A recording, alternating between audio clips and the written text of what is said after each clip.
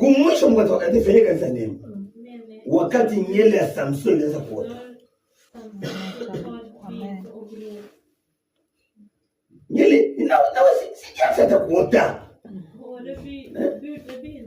Au wewe ushauza na tondeza kukata nyele. Ikitafuta kuota unaikata. Inatafuta kuota unaweza kukata sawa mwenyewe.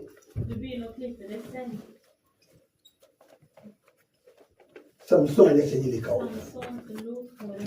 Na wewe acha sasa ndio unafanya, anza sasa kuishi sauti ya Mungu. Acha sasa nyele yote. Hivi tuwe Wafilisti mara hii tena. Amen. Mara hii tena Bwana. Kwa hiyo kilio cha mwisho cha Samson. Mara hii tena Bwana. Na tunapata kutoka watu wanasema ni kweli nilishindwa. Lakini naomba unipatie tena imani mara hii tena Bwana. Mara hii tena Bwana. Ndio kilio cha mwisho cha Samson.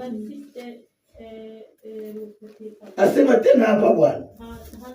Napenda niweba mingi kuliko pale pote niliwaka wote kwa Musa. Mara hii tena Bwana. Napenda nishinde dhambi. Amen. Na kama itakuwa nikumusha maisha yangu haijalishi. Lakini nimalize tu maisha yangu na nishashinda dhambi. Nimalize hii maisha na niko mshindi. Amen. Mara hii tena Bwana.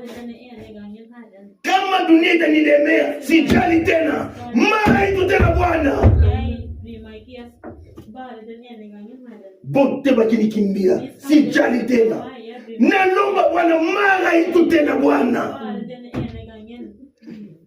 Kisha wakili hiki kanisa. Hallelujah. Kanisa ya Tiatira na dunia.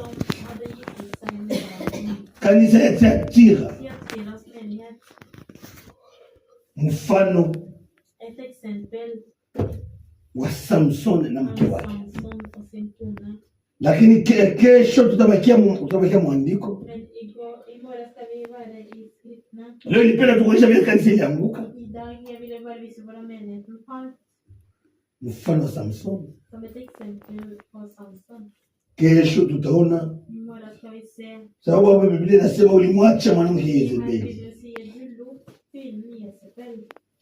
Ule mwenye kujita nabii. Ndio tutaangalia Biblia inasema. Tutaingia ndani ya kile kizazi.